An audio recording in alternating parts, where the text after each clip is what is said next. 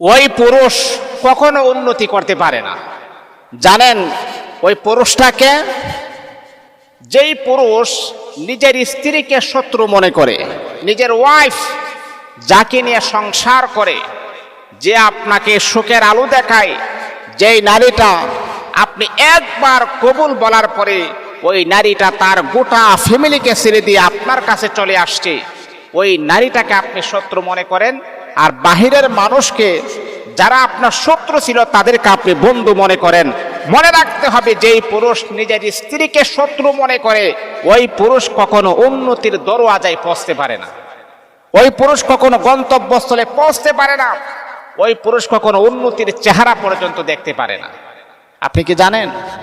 আপনি জানেন একজন নারী 24টা ঘন্টা তার স্বামীর উন্নতি দেখতে চায়।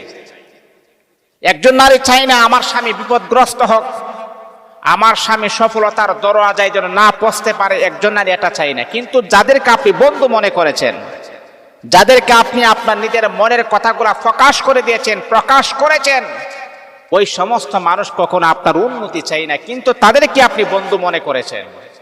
কিন্তু বাবা, আপনি সময় মতো বুঝবেন কে আপন আর কে পর। এই মেয়ে, আপনি সময় মতো বুঝবেন কে আপন আর কে পর ছিল।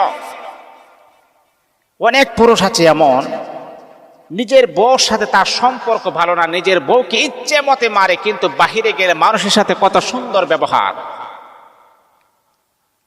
অনেক মানুষ দেখবেন আপনি, নিজের স্ত্রীর সাথে তার সম্পর্ক ভালো না, নিজের স্ত্রীর সাথে সে যখন কথা বলে, তখন মুখরা গুমরাহ করে কথা বলে, হাসি মুখে কথা বলে না। কিন্তু ওই ছেলেটা যখন ঘর থেকে বের হয়ে যায়, দোকান পাটে দেখবেন মানুষের সাথে যখন কথা বলে, তখন দেখবেন হাসি মুখে কথা বলে, বড় সুন্দর করে কথা বলে।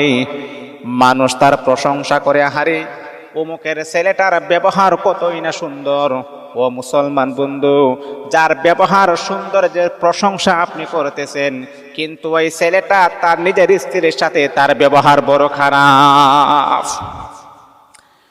নবীজি বললেন, ও আমার সাহাবীরা, শোনো শোনো শোনো, তাম পৃথিবীর সমস্ত মানুষ যদি তোমার ব্যবহারে মুগ্ধ হয়ে যায়, তাম পৃথিবীর সমস্ত মানুষ যদি তোমার ব্যবহারে সন্তুষ্ট হয়, তারা যদি তোমার প্রশংসা করে, কিন্তু তোমার ঘরের স্ত্রী যদি তোমার ব্যবহার সম্পর্কে খারাপ ধারণা করে, আল্লাহ পাক রব্বুল আলামিন তোমার সার্টিফিকেট কিন্তু মেম্বারের কাছ থেকে নেবেন না, চেয়ারম্যানের কাছ থেকে নেবেন না, তোমার মা বাবার কাছ থেকে নেবেন না, তোমার বন্ধু বান্ধবের কাছ থেকে নেবেন না।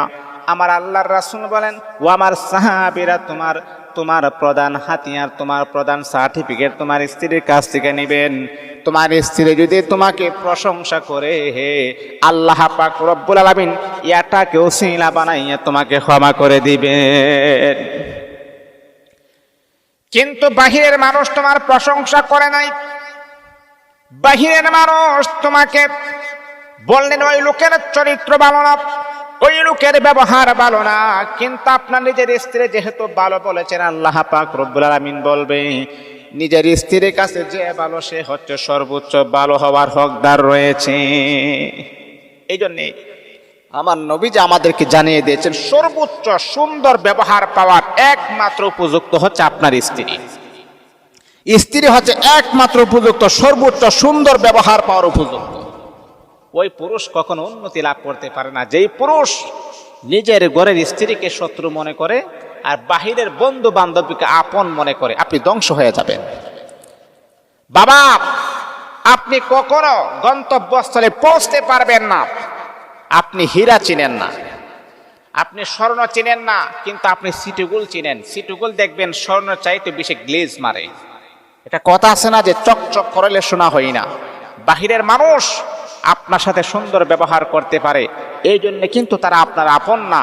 আর আপনার নিজের স্ত্রী আপনার সাথে খারাপ ব্যবহার করতে পারে, এই জন্য কিন্তু সে আপনার শত্রু না। মনে রাখতে হবে, আপনি যখন মারা যাবেন, তারা একদিন দুই দিন আপনার জন্য কান্না করবে, কিন্তু আপনার স্ত্রী যতবার আপনার কথা স্মরণ হবে, ততবার চোখের পানি ছেড়ে দিয়ে আপনার জন্য কান্না করবে। কাকে আপনি শত্রু মনে করেন? কাকে আপনি আপন মনে করেন? আপনার চোখে ধূলিকণা পড়ে আছে, এখন এই চোখটাকে পরিষ্কার করতে হবে, ভালো মন্দ বোঝার ক্ষমতা রাখতে হবে। এই জন্য মুহতারাম হাজিরিন, নিজের ঘরের স্ত্রীকে প্রাধান্য দিবেন, তাকে শত্রু মনে না করে বন্ধু মনে করবেন। আর ঘনিষ্ঠ বন্ধু যদি আপনাকে কষ্ট দেয় তাকে ক্ষমা করে দিবেন।